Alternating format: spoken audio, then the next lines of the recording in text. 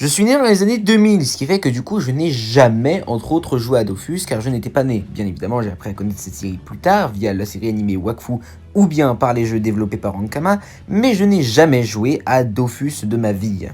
Mais heureusement, le monde du mobile existe, et comme il est très rentable et surtout que ça intéresse beaucoup de développeurs aujourd'hui qui ont un moyen très simple de se faire connaître grâce à ça, certains développeurs, comme par exemple Riot Games avec League of Legends, créent des jeux mobiles instaurés de leurs jeux PC, entre autres des portages.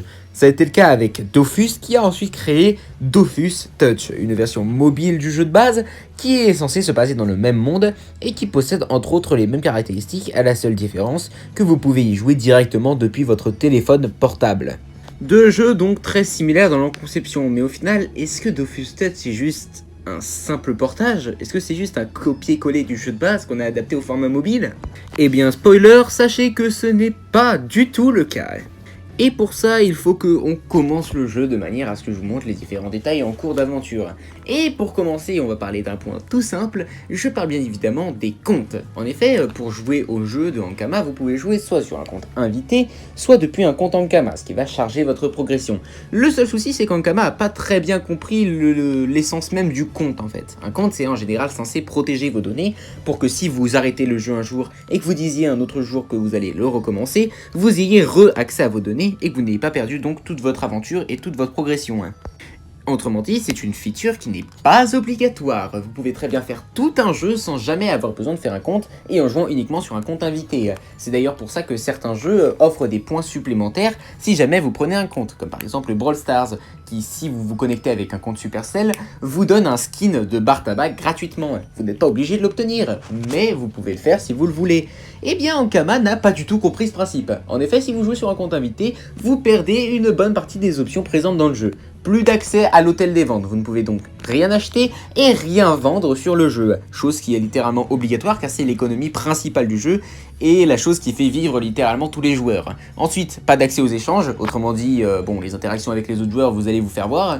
Et enfin, une partie de l'XP que vous obtenez en combat est complètement bloquée, c'est-à-dire que vous ne pouvez donc pas obtenir toute l'XP présente en combat. Alors, bien évidemment, vous allez me dire que c'est pas grave, ça reste que de l'XP, mais quand cette XP est divisée par 2, ça veut dire que donc vous montez de niveau 2 fois moins rapidement que l'autre partie des joueurs. Ça rend l'expérience beaucoup plus désagréable, et si jamais vous voulez jouer à ce jeu, il vous faudra forcément un compte Ankama pour avoir une expérience un minimum agréable.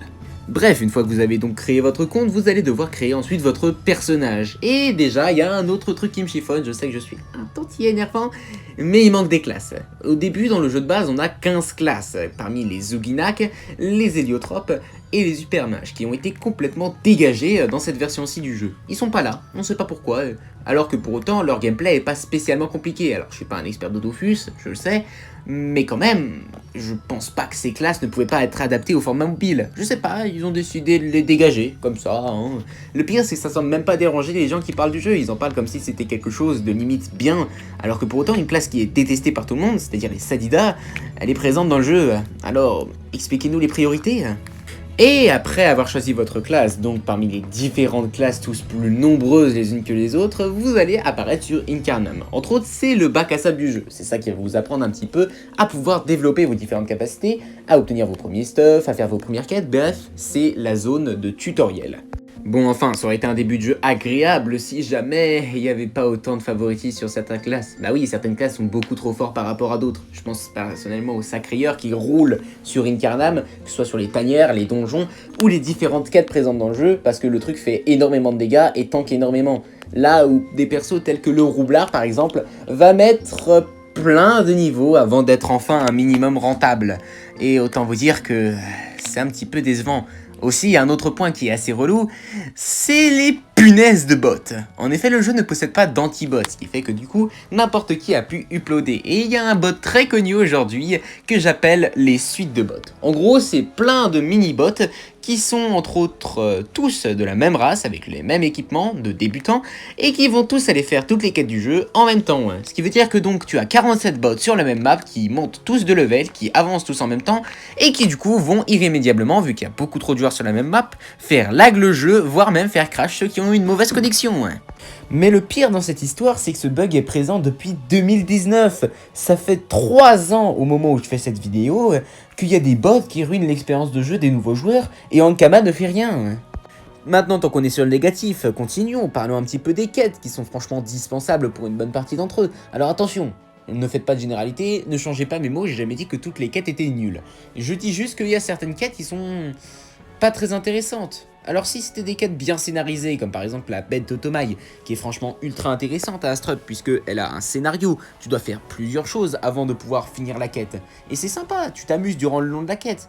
Mais sérieusement, les quêtes qui nous demandent d'aller voir un personnage précis avec un tel item de manière à ce que la quête soit complétée, ou alors un personnage qui nous demande d'aller voir un autre personnage à l'autre bout de la map, puis de revenir le voir de manière à pouvoir du coup valider la quête, bah c'est pas intéressant, c'est même plutôt ennuyant. Et pour autant, c'est dommage parce que une petite partie des quêtes sont franchement cool. C'est dommage que ce soit rasé par tout le raz-de-marée de quêtes toutes pourrites qu'on a sur le jeu à côté.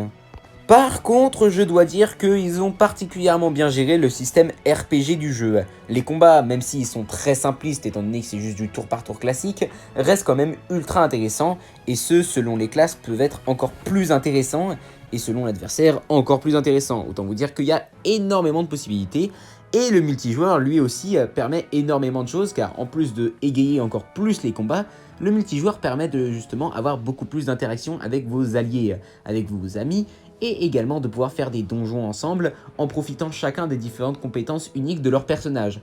Donc ouais, au final le jeu a réussi son côté social.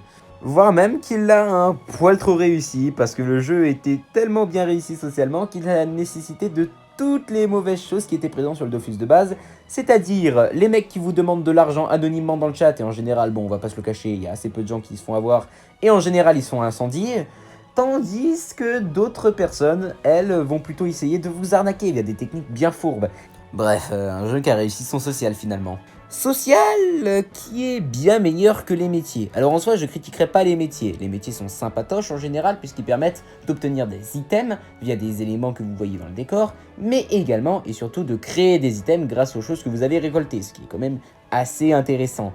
Mais comment vous dire, la récolte des items... Ouais, c'est pas très intéressant, comme qui dirait. Et tiens, tant qu'on est sur les trucs bien relous, pourquoi est-ce qu'il y a un temps de téléchargement à chaque rentrée de zone? Alors, bon, vous allez me dire, c'est pas grave, c'est un petit temps de téléchargement, mais au fur et à mesure du temps, tu finis par le remarquer de plus en plus, et si t'as une mauvaise connexion, c'est un temps de téléchargement qui peut être très long. Alors vous allez me dire, il y a toujours moyen de le supprimer. Oui, sauf que pour ça, mon ami, il faut que tu fasses un téléchargement de 2 gigaoctets. Alors comment vous dire? Pour vous qui avez un téléphone possédant un espace de 2 téraoctets, c'est peut-être rien pour vous. Mais pour les mecs comme moi, qui ont littéralement 64 gigaoctets, et bah tu tiens au moindre petit MO que tu pourrais avoir dans ton téléphone. Alors, dites-moi, pourquoi est-ce que je devrais télécharger vos punaises de map, alors que même si je les télécharge, et j'ai fait le test pour vous dans cette vidéo, pourquoi est-ce que même si je les télécharge, il y a toujours ce punaise de chargement entre les maps?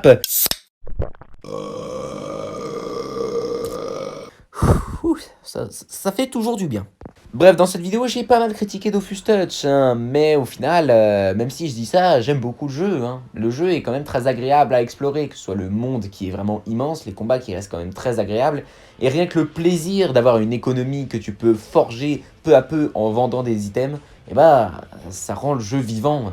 Mais malgré tout, le jeu reste moins bien que son homologue PC, et pour une raison très simple, et c'est à cause d'un souci de rentabilité. Par exemple, imaginons un monde où Dofus Touch est aussi bien que Dofus PC, c'est-à-dire qu'ils possèdent tous les deux le même contenu, tout pareil, les serveurs temporis et tout ce qu'il y a sur le Dofus PC, mais directement depuis votre téléphone.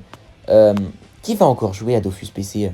C'est vrai ça, t'as le même contenu mais gratuitement, et tu peux obtenir pourtant les mêmes choses, les mêmes items, le même contenu, tu obtiens les mêmes services, des patchs souvent faits pour garder des classes extrêmement bien équilibrées, et surtout, tu as accès à absolument toutes les classes du jeu.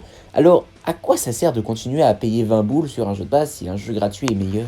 Cependant, je dois dire que c'est une très bonne idée de faire une version gratuite d'un jeu qui de base est payant, parce que ça fait que les joueurs ont envie de jouer au jeu payant. Bah ouais, on te dit qu'il y a du contenu qui n'est pas présent sur le jeu gratuit, mais qui est présent sur le jeu payant, et que si juste tu payes, bah t'as accès à tout ce contenu. bah, ça te donne envie de payer. Et ce, parce que tu te dis que justement, si tu as apprécié ton expérience sur une version qui était gratuite, imagine qu'est-ce que ça doit être quand tu payes ta version. En conclusion, Dofus Touch est une bonne idée qui permet aux personnes dans la plateforme mobile de pouvoir découvrir un univers PC qu'ils n'auraient pas découvert auparavant, et ce avec les mêmes caractéristiques sans pour autant avoir besoin de payer 45 boules.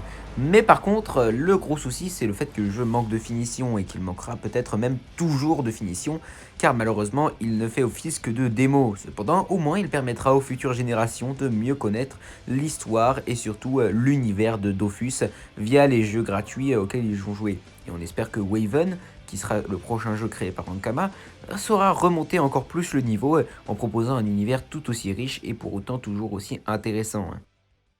Salut à tous et je suis vraiment désolé. Désolé que cette vidéo m'ait mis autant de temps à sortir. Ça va faire, je sais pas moi, 2 mois que j'ai absolument rien posté sur cette chaîne en termes de vidéos complètes. Et où la dernière vidéo finalement que j'ai sortie, c'était un short qui durait même pas, qui durait à peine 1 minute. Donc franchement, je suis désolé.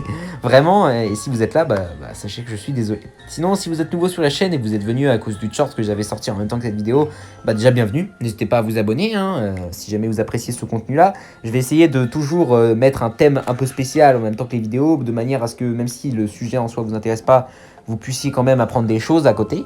Et surtout, je vais essayer de dynamiser les montages, parce que vous l'avez peut-être remarqué dans cette vidéo, mais le montage était un poil différent, déjà parce que j'ai dessiné, et j'ai énormément dessiné, j'ai fait de l'incrustation, comme pour ce que vous voyez en fond, mais avec certains passages, j'ai même redessiné certaines scènes pour du coup mieux les adapter.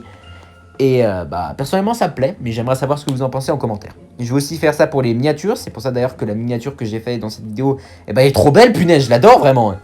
C'est sûrement l'une de mes meilleures miniatures à mon goût, mais après tout ça, ça dépend de si vous appréciez, donc n'hésitez pas à vous manifester en commentaire. Enfin, je vous dis merci parce qu'il y a beaucoup de gens qui apprécient les vidéos. Alors forcément, vous le savez, c'est comme tout, comme toute chaîne YouTube, il y a forcément des membres de la famille. Mais bon, on n'est pas 31 non plus dans ma famille, donc je remercie quand même les gens qui sont abonnés et qui apprécient quand même mon contenu, malgré le fait que je suis pas très régulier. Je vais essayer d'être un poil plus régulier. Mais du coup, sachez que je vais essayer de vous abreuver de short entre 2 vidéos, de manière à ce que vous soyez pas sur votre reste. Bref, merci d'avoir vu cette vidéo, et je vous dis, ciao.